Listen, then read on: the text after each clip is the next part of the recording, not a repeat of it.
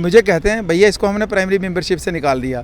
भाई मुझे मेरा कोई रिकॉर्ड बताओ कि मैं आपका प्राइमरी मेंबर कब था, मेरा कोई सिग्नेचर वाला कोई कागज़ दिखा दो ना। यहाँ प्राइमरी मेंबर बने ही नहीं बने। जो हैं दिल्ली से आके यहाँ हमें भेड़ू बनाने की कोशिश कर रहे हैं। उन्होंने मेरा पॉलिटिकल कत्ल कर दिया, मेरा राजनीतिक तौर पे मेरी असैसिनेशन हो गई। तो मैं उनको क्या गले में हाथ डालूंगा उन लोगों को। मैं दोबारा मीटिंग इनके प्रभारी से हुई, मैंने कहा आप क्या चाहते हैं? कहते हैं आपको हम प्रोविंशियल प्रेसिडेंट की जिम्मेदारी देने वाले हैं। देखो डबल क्रॉस इनका, सारे वर्करों को मैसेज दिए कि बलवंत मनकोटिया को हम प्रोविंशियल प्रेसिडेंट बना रहे हैं। मैंने कहा बिल्कुल ठीक है, मैं बनने के लिए तैयार हूँ, लेकिन आपका जो संविधान है, क्या आपके संविधान में प्रोविंशियल प्रेसिडेंट की कोई पोस्ट है? जो मैंने पढ़ा था उसमें था ही नहीं। मैंने कहा कोई आपका अलग है तो मुझे बताइए। मैंने कहा फिर से एक बार बेडू बनाएंगे, लोगों को मैसेज देगा भाई आप इसको हम जिम्मेदारी दे रहे हैं, ये ले नहीं रहा। उन्हें ये मेरी इमेज को ख़त्म करके ये जो नोटिस निकाला है उनको प्रूव करना पड़ेगा। मैं दरवाज़ा कोर्ट का खटखटाऊंगा और उनको मैं सबक सिखाऊंगा। लेकिन Jammu Kashmir national panthers party के पूर्व नेता और बाद में आम आदमी पार्टी में शामिल हुए बलवंत सिंह मनकोटिया को कल आम आदमी पार्टी ने बाहर का रास्ता दिखा दिया। मेरे साथ से बलवंत सिंह मनकोटिया हैं। कई गंभीर आरोप भारतीय जनता पार्टी से जुड़े हुए बलवंत सिंह मनकोटिया के ऊपर लगाए गए हैं। बलवंत जी, सबसे पहले मुझे ये बताइए, कल पार्टी ने आपको निकाल दिया और निकालने का सबसे बड़ा कारण ये बताया कि आप दुशहरा के दिन भारतीय जनता पार्टी में शामिल हो रहे हैं। देखिए, पार्टी बेचारी खुद वेंटिलेटर पे है, क्या कहेंगे उसको। उनको आज तक पता नहीं कि उधमपुर में हमारा कितना युद्ध चल रहा है म्यूनसिपल काउंसिल को लेके। कोर्ट में युद्ध चल रहा है आम आदमी बीजेपी के म्यूनसिपल काउंसिल के प्रेसिडेंट को लेके।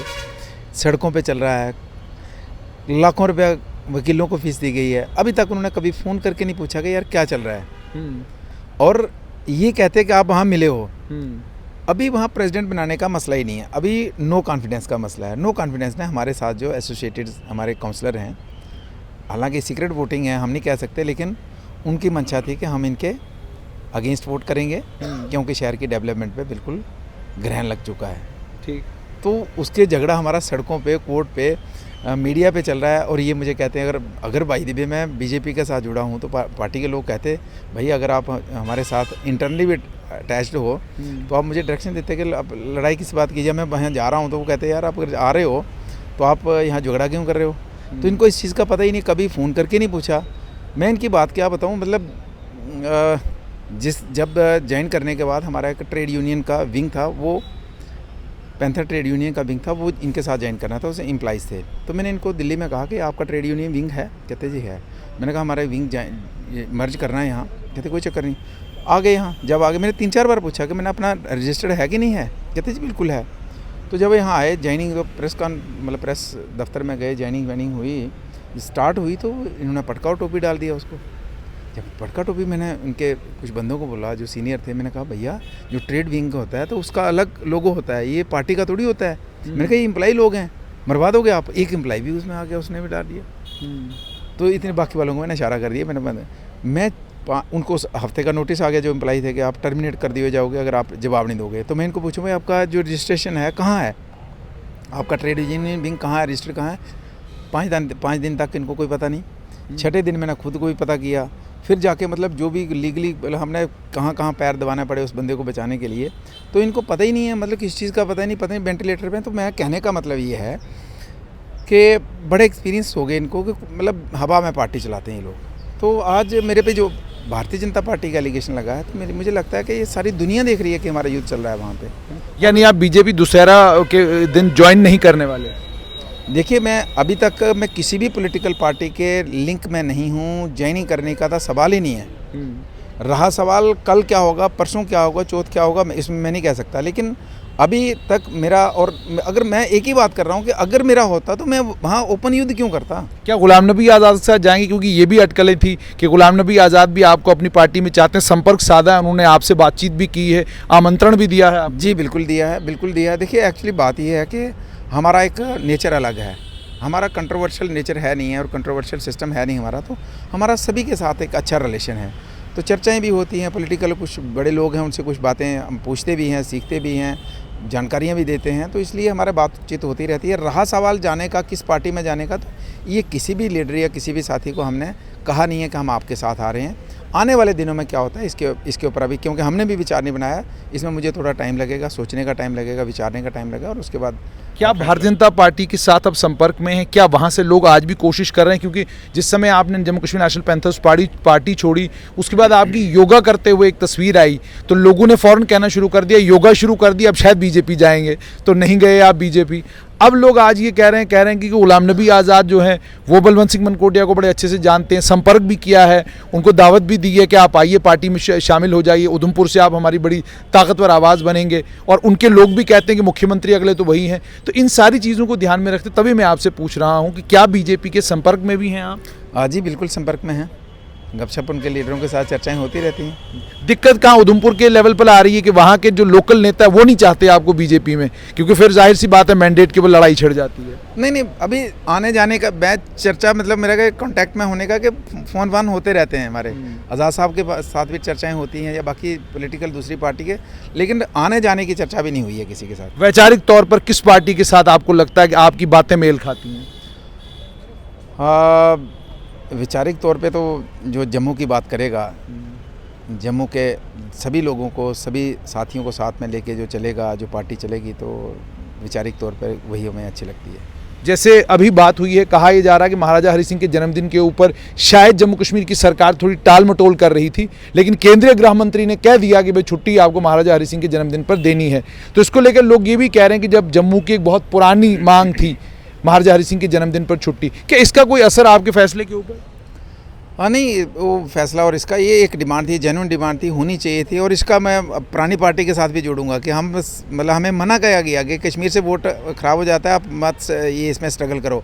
जब लड़ाई चल रही थी, जम्मू कश्मीर पैंथर्स पार्टी ने कहा, नहीं, आम आदमी पार्टी, जब मैं उसी का एसोसिएट मेंबर था ना, तो वहाँ से कहा गया कि मत सेलिब्रेट कीजिए। और देखिए उनका हालत देखिए। फिर आपको मना किया आम आदमी पार्टी की लीडरशिप ने कि आपने सेलिब्रेट नहीं करना, स्ट्रगल नहीं करनी। स्ट्रगल तब तो स्ट्रगल के दिनों में ना किया, सेलिब्रेट तो कल किया था। और सेलिब्रेट के टाइम जब सेलिब्रेशन चली है तो टर्मिनेशन का नोटिस आता है, तो मैसेज दे दिया ना कि राजा वाजा वो नहीं है, राजा हम ही हैं। राजा वो हरि सिंह जी राजा नहीं थे, हम ही यहाँ से हुकूमत चलाएंगे। तो ये कहाँ बर्दाश्त है? यानी आप साफ तौर पर ये कह रहे हैं कि आम आदमी पार्टी जम्मू के सेंटिमेंट को नहीं समझती, सेंटिमेंट के खिलाफ है। आज तक तो मुझे यही लगा कि ये मतलब 400 लोग दिल्ली से आए हैं, वो डिक्टेट करना चाहते हैं टर्म्स को अपने तरीके से, और मुझे नहीं लगता ये इसमें कामयाब हो पाएंगे। आपका एक वीडियो वायरल हुआ जिसमें आपने एक शब्दावली का प्रयोग किया, बागड़ी शब्द का आपने इस्तेमाल किया। क्या आपको थोड़ा सा उसके ऊपर रिग्रेट है कि आपने जज्बात में आकर अपने ही देशवासियों के लिए कोई लफ्ज़ ऐसा? मैंने जनरली लोगों के लिए नहीं कहे हैं, मैंने 400 लोग जो हैं दिल्ली से आके यहाँ हमें भेड़ू बनाने की कोशिश कर रहे हैं। उन्होंने मेरा पॉलिटिकल कत्ल कर दिया, मेरा राजनीतिक तौर पे मेरी असैसिनेशन हो गई। तो मैं उनको क्या गले में हाथ डालूंगा? उन लोगों को 5-6 लोग हैं। मैं किसी कम्युनिटी के खिलाफ के लिए, हाँ, उसके बावजूद अगर किसी आदमी को उसके बाद किसी आदमी को ठेस लगे तो डेफिनेटली मैं उसके लिए सारी बोलूँगा। लेकिन उन लोगों को मैं कोर्ट में भी जाने वाला हूँ उनके खिलाफ। जिन लोगों ने ये मेरी इमेज को ख़त्म करके ये जो नोटिस निकाला है, उनको प्रूव करना पड़ेगा। मैं दरवाज़ा कोर्ट का खटखटाऊंगा और उनको मैं सबक सिखाऊंगा। लेकिन हर्षदेव सिंह के आते ही आप लुप्त हो गए थे आम आदमी पार्टी में। क्या हर्षदेव सिंह भी एक कारण है आपका आम आदमी पार्टी से जो आपको क्या कहते हैं बेदखल किया गया? नहीं, अब इसका देखिए, मैं आपको ये बताना चाहता हूँ कि एक बहुत बड़ा षड्यंत्र मेरे खिलाफ चला गया। एक षड्यंत्र के तहत मुझे आम आदमी पार्टी में 6 महीने लगातार वो लोग मेरे दरवाजे पे हाथ जोड़ के खड़े होते थे कि जनाब आइए, आप हमारा चेहरा हैं, आपकी अध्यक्षता में चुनाव होगा, आपकी अध्यक्षता में लोग आएंगे जाएंगे, एक बार आप ज्वाइन कीजिए। तो मुझे लगता है पहले दिन से साजिश थी, एक षड्यंत्र था। और ये जो नोटिस निकालने तक षड्यंत्र था कि बलवंत की आवाज़ को किसी तरीके से ख़त्म किया जाए, इसको राजनीतिक तौर पर किसी तरीके से इसको डिमोलिश किया जाए। तो ये एक षड्यंत्र था। और फिर आप देखते हैं कि षड्यंत्र का हिस्सा बनते गए और समझ भी गया, लेकिन इतना बड़ा षड्यंत्र ये कल समझ आया कि ये जो टर्मिनेशन नोटिस वाला कि इसको पॉलिटिकल तौर पे बिल्कुल क्रश कर दो। लेकिन कोई चक्कर नहीं है, अगर उन्होंने अपने तरीके से हमें मार दिया है तो हमारा जिन जागेगा। अच्छा, तो जागेगा कहाँ से? जागेगा इस तरीके से कि इनका एक भी विधायक जम्मू कश्मीर के अंदर नहीं बनेगा। ये मैं इनको बता देना चाहता हूँ, जो मर्जी कर लें आप। अच्छा जी। अच्छा बलवंत जी, मुझे ये चीज़ बताइएगा, Jammu Kashmir national panthers party professor Bhim Singh के देहांत के बाद, उनके स्वर्गवास के बाद, अब जाहिर सी बात है पार्टी दोबारा से खड़ी तो है, पार्टी में लोग भी हैं, सब कुछ हैं। क्या आप अपने परिवार में वापस जाने के बारे में सोच रहे हैं? देखिए मैंने कहा ऑप्शन खुले हैं, ऐसा दरवाज़ा बंद नहीं है, ऑप्शन खुले हैं और कोई भी जो बेहतर ऑप्शन होगा उसमें हम। क्या बीजेपी भी इसमें एक ऑप्शन है? जी बिल्कुल है। सभी ऑप्शन? जी हैं, ऑप्शन है। तो दुशहरा के दिन कोई खबर मिलेगी हमें या दुशहरे पर कोई खबर नहीं है? मुझे पहले पता ही नहीं है दुशहरा है कब है ये। कहते 5 अक्टूबर को कह रहे हैं फिलहाल तो। मुझे नहीं लगता है। नहीं लग रहा दुशहरा पे कोई खबर मिलेगी। उसमें कोई खबर होने वाली नहीं है। लेकिन ये बात पक्की है कि आम आदमी पार्टी को आप कोर्ट में लेकर जाएंगे? हाँ, इनका आप मुझे कहते हैं भैया इसको हमने प्राइमरी मेंबरशिप से निकाल दिया। भाई मुझे मेरा कोई रिकॉर्ड बताओ कि मैं आपका प्राइमरी मेंबर कब था, मेरा कोई सिग्नेचर वाला कोई कागज़ दिखा दो ना। यहाँ प्राइमरी मेंबर बने ही नहीं बने। अब मैंने 15 दिन पहले इनके जो देखो मेरे को किस तरीके से भेड़ू बनाने की कोशिश की, वहाँ ले गए। मैंने इनको कहा कि मुझे एमएलए के चक्कर में आपके पास नहीं यार, मुझे पॉलिटिक्स मतलब बड़े लेवल का शौक है, पूरे स्टेट का काम करने का शौक है, इसलिए आपके पास आ रहा हूँ। लेकिन उससे पहले आपके जो मुख्यमंत्री हैं उनके साथ हमारी एक बैठक होगी जिसमें हम राजनीति की चर्चा करेंगे कि जम्मू कश्मीर को लेके आपके पास क्या है।